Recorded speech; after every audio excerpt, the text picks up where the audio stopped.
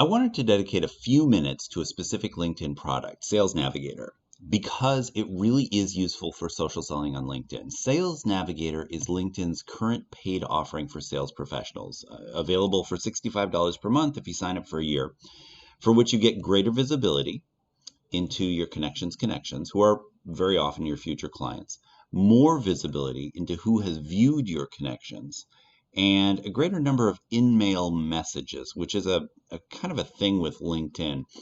If I'm sending a message to this person, Pamtastic, and we're already connected, that's fine. I can send her as many messages as I want for free because she's already agreed to connect with me.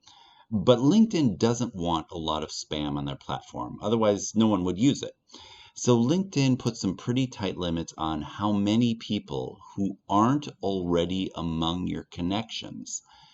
So if Pam hasn't accepted a request to connect with me, then messaging her is going to cost me one in-mail. And with Sales Navigator, you can send a set number of unsolicited messages per month. It looks like 20 messages at this level. So if you want to give it a shot, from your LinkedIn homepage, Sales Navigator should appear here with this little compass icon, or a message to try a premium membership. When you sign up, it walks you through a series of questions about your target leads and accounts, and it's worth taking a little extra time to answer these because Sales Navigator uses this information when it suggests companies and people who you might want to reach out to. And once you're done with that, this is what your Sales Navigator homepage looks like. And it's important to remember, LinkedIn treats Sales Navigator like it's this whole separate thing.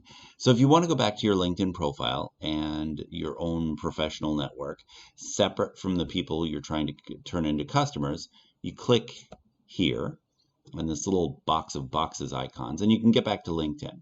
But within Sales Navigator, this here, this is your homepage. Your feed is here, right here in the middle. And you'll notice that it's a bit different from LinkedIn's standard timeline because Sales Navigator is really, really good at serving up exactly the content which will help you better understand and engage with your clients. Also, in addition to showing you relevant updates, if I scroll down a bit, Sales Navigator will come up with people who you might want to add as leads based on the types of contacts you've indicated you're targeting in your top accounts. Then on the left, there are filters which let you control what shows up in your feed, and you can use these to sort by different types of updates or specific accounts you've indicated to Sales Navigator are your top accounts. Then over here on the right, this is your social selling index and some stats about who's viewed your profile and searches you've performed recently. It's worth reviewing your social selling index, but don't obsess over it. It's LinkedIn's real-time, color-coded assessment of how efficiently you're establishing your professional brand, networking with your prospects, engaging with those people, and ultimately building sales relationships. Generally speaking, Sales Navigator's tips to boost your index are good advice for social selling, but I've used LinkedIn for sales before. I've never hit 100. So focus on the metrics that matter most in terms of growing your network and filling your pipeline. And don't worry too much if your social selling index leaves room for improvement. Back at the home page, the main menu is here. And if I mouse over lists, I can see all of my saved accounts and leads here. Or jump back to my plain old LinkedIn network and click Discover, which uses an algorithm to suggest leads and accounts based on sales preferences. Here they are, which these are the industries, geographies, companies, job functions, which you told Sales Navigator up front that were the type of customers that you're looking for. And you can change them right here too, in this little bubble icon.